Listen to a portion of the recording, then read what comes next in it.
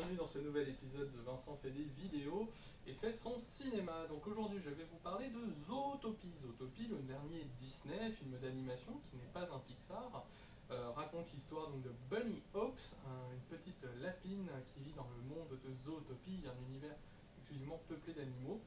Et donc Bunny Hopes est la première lapine à rentrer dans la police de Zootopie, la police n'étant jusque-là peuplé que de prédateurs. Donc voilà, c'est Disney, c'est très mignon, c'est adorable, c'est plein de bons sentiments et plein de bonnes idées. Un peu d'humour pour les enfants, un peu d'humour pour les adultes. Et comme d'habitude, c'est toujours bien pensé, bien conçu, avec une bonne morale à la fin qui voilà, fait réfléchir. Donc on va y revenir un petit peu après. Donc Zootopie, c'est un univers qui est vraiment voilà, très particulier, mais qui est très joliment fait, où on retrouve différents univers, un univers froid, un univers de savane, un univers urbain. Voilà, je crois qu'ils disent qu'il y a 11 ou 12 différents univers dans Zootopie, peuplés donc d'animaux qui vivent en symbiose, qui vivent tous ensemble. Et donc on a la petite Bunny, qui est une petite lapine toute mignonne, toute fraîche, qui a toujours eu la police dans les gènes, et qui donc rentre à l'école de police parce que forcément tout le monde lui disait toute son enfance et toute sa vie tu ne pourras pas rentrer dans la police. Donc la première chose qu'elle veut faire, c'est évidemment rentrer dans la police. Elle y parvient. On a une petite explication au début du film de comment elle brille dans la police alors qu'au départ c'est difficile. Et donc finalement voilà, elle finit première de l'académie et donc rentre dans la police de Zootopie. Elle est mutée donc au poste central de la ville. Arrivée là-bas, par contre, ça va être la grosse désillusion, puisqu'elle va devoir faire ses preuves, tout simplement. Donc elle se voit confier une enquête dont personne ne veut, une enquête sur la disparition de plusieurs prédateurs.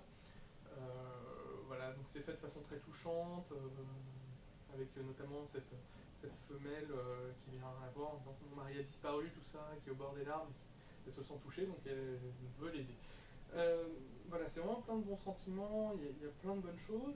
Le renard qui l'aide, voilà, il y a beaucoup d'humour sur ce personnage, puisque la façon dont elle le convainc de le rejoindre, c'est un procédé très adulte, c'est un chantage via les impôts, enfin voilà, je ne vous raconte pas tout, mais voilà, c'est bien fichu, les enfants ils trouvent leur compte parce que c'est assez mignon, il y a deux trois scènes qui font un peu peur quand on voit les prédateurs justement qui deviennent méchants, mais en même temps, voilà, c'est plutôt bien. Donc pour le côté des bons sentiments, je pense à la scène du discours face aux caméras justement de Bunny Hopes, quand elle explique que voilà, on est presque tous pareils, on est des animaux, mais on n'a pas les mêmes gènes, puisque les animaux prédateurs ont un gène plus sauvage, etc. Voilà, ça résonne beaucoup dans notre univers réel. C'est un procédé très classique chez Disney de prendre un élément animalier pour critiquer une part de l'humanité.